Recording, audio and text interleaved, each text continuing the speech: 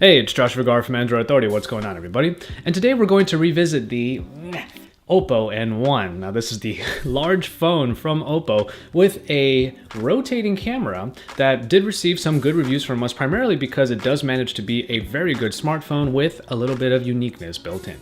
However, what has really distinguished this phone in recent weeks is the fact that it's supposed to be the CyanogenMod phone. Now, that is not supposed to be the official name of this particular phone, but it does come with CyanogenMod, and you are able to install it once the files are available at Oppo's website. A limited edition of this phone will be made available with CyanogenMod built in. Now, again, it's a limited edition, so the rest of you who get an N1 will just have to install it yourself. And about a week ago, you saw me put up a picture showing that I did exactly that. Now, why did this particular video take a little bit of time to come out? Well, primarily that is because the CyanogenMod that is found on this phone that I am about to show you, and ostensibly the ones you're going to see across the internet at the moment, are likely not going to be the final versions. There's still an update that has to be released for that version of CyanogenMod that will make it the final version. And once it does, it will be made available for all of your N1 goodness. So if you are already familiar with CyanogenMod, then you probably have a lot of the elements already down. Let's go ahead and unlock it, and what we have here is a pretty typical Android lock screen, and CyanogenMod allows you to customize the lock screen with a bunch of different shortcuts in the ring right here. Then that was always a very welcome addition. And also, of course, the widgets right on top. So if we just unlock the phone, it really just look like a stock Android build. And that is essentially what CyanogenMod goes for, is just keeping the very, very pure version of Android, but also adding in a lot more customizability. Like, for example, well, first we have the folders here, the home screens. I only use one home screen, actually. And the app drawer. One thing that you are able to customize, and is very welcome, at least for me, is the capacitive keys at the bottom can be customized to have different functions. So if, for example, the menu button over here, you don't want it to be for menu, you want it to be for the recent apps, which is a typical function for stock Android, then you can always make that be the case. So that is a very welcome addition there.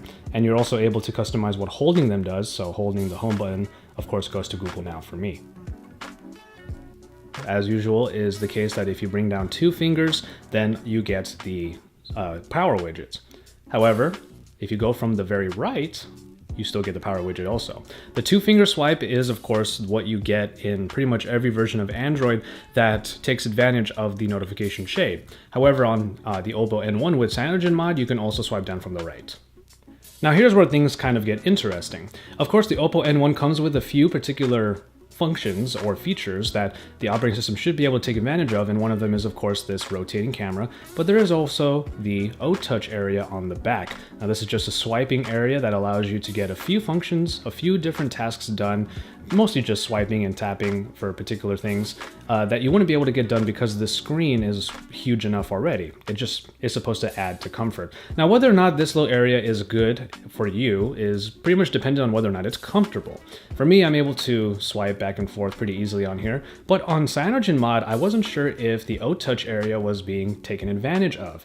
So I searched around for a little while, and it took a little bit of searching, but someone finally pointed me to an area of the settings that I almost never go to, and that's language and input. Now, of course, the reason why is because, well, if it's in English, that's pretty much all I need to know, so I never go here. Nonetheless, if you go to language and input and you come all the way down to the bottom, there it is, the O-Touch settings. O-Touch settings can be enabled. You could do double tap to capture inside of the camera, which I'll show you in a bit, and you can long press to launch the camera. I don't like using that because there are times when my finger just stays on the back and I'm unable to stop it from loading the camera. So let's head back here, and I'll just go open the app drawer, and there you can see the actual O-Touch is working beautifully, working just fine. And let's go ahead and take a quick self-portrait in the camera.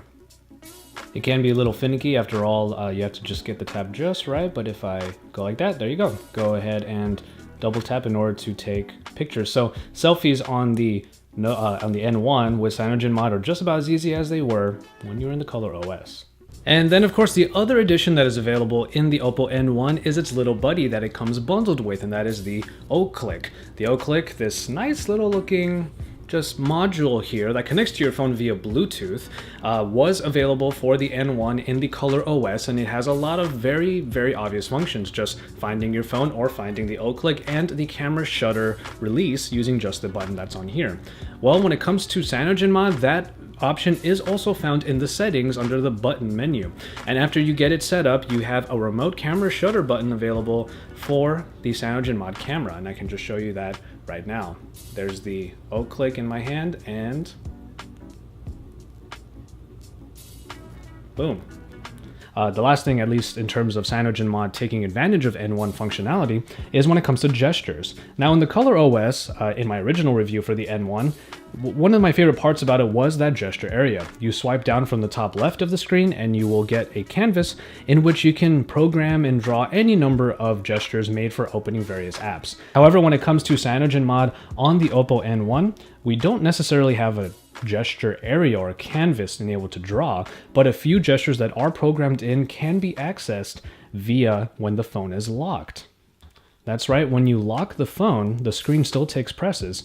Let's say I wanted to unlock my phone without having to reach for the button. Just double tap on the screen and there is our lock screen. Just go right in.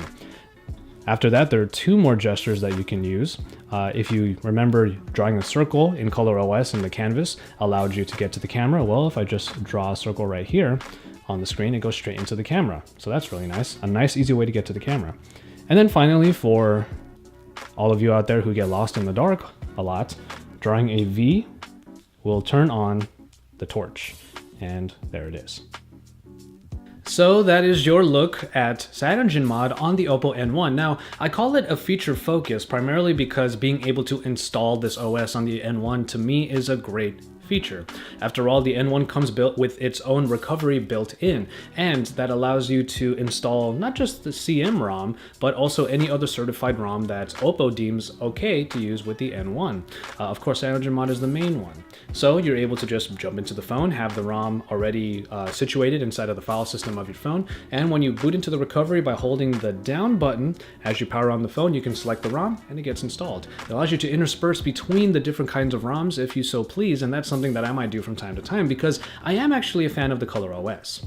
That being said though, CyanogenMod is a very accessible ROM, and a lot of you out there might install it on your N1s just because CyanogenMod is a very easy operating system to use. Now, as a final reiteration, I will say that the Oppo N1 comes in two different flavors, but the flavor that comes with CyanogenMod built in will be a limited edition that is yet to be released. And when that does come out, you might want to jump on it as fast as possible because, like I said, it's a limited edition. However, rest assured that installing CyanogenMod on the N1 is about as easy as it can get when it comes to rooting. You don't even have to root the phone, you just have to open up the recovery because all of that is already done for you. Don't worry, when CyanogenMod is officially out in its final version for the N1, I will show you exactly how to do it. So as always, thank you very much for watching, and this was your feature focus on the Oppo N1, dealing with the CyanogenMod install and what it can do. Stay tuned to Android Authority for all of the best coverage. We have reviews and our comparisons, weekly shows, and our event coverage. Remember, CES is coming up pretty soon. We also just passed the 500,000 mark, and I'm going to keep telling you guys thank you via the video that we put out, just showing our sincerest gratitude. The entire team has a great message for you guys, so make sure you check out that video. So drop us a like on our videos. Don't forget to subscribe if you haven't already, and follow us at in social media. You can find my handles down below that subscribe button. So keep it tuned to Android Authority because we're your source for all things Android.